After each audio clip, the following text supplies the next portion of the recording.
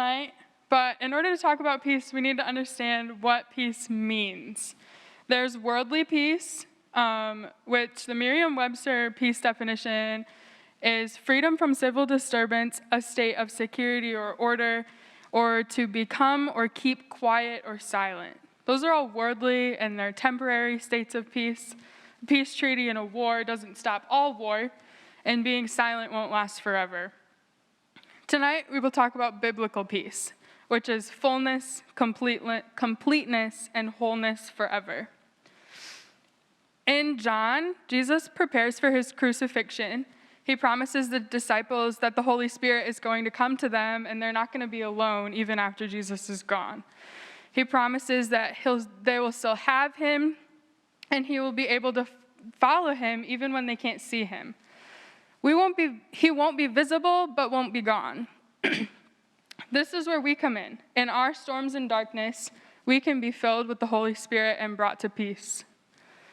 John 14:27 says, "Peace I leave with you, my peace I give to you.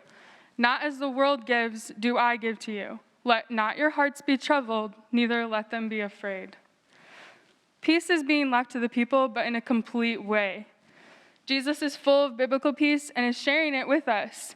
The world would give us temporary peace, a calmness for a minute, but Jesus fills us with peace forever. A little over 2 years ago, my family started to fall apart. My dad quit his job and spent all of our money and caused a strain on my parents' relationship. I was oblivious to what was going on because to me, divorce was out of the question. I had been promised when I was little that my parents would never get divorced and we would always be a family. After a while, I started to see what was going on and began to fall away from my relationship with my dad. I told my mom I wanted to leave, and we did end up leaving 2 years ago today. Things were rough for a while, and I went through some of the scariest times in my life. However, I was filled with the biblical peace that we are talking about. I dug into my Christian relationships and ministries, and I started to find that I could make it work.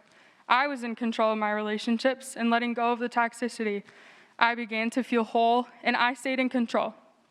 I worked on myself, and I stayed in that peaceful mindset. I became so much more whole, became so much more myself, even during a storm in my life, all because of the Holy Spirit and the peace that is given to us for free. God's got us. He sees our storms. He knows what's coming. When we look to him and find the peace that he has, we will be brought out of the darkness and into the light.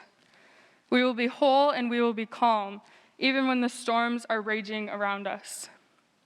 That is peace. That is wholeness.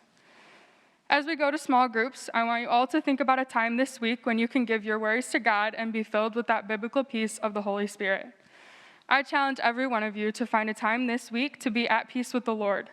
Take a minute to sit in the quiet, worship in some way if you want, but just ask God to fill you with this biblical peace and become whole, being calm during everything.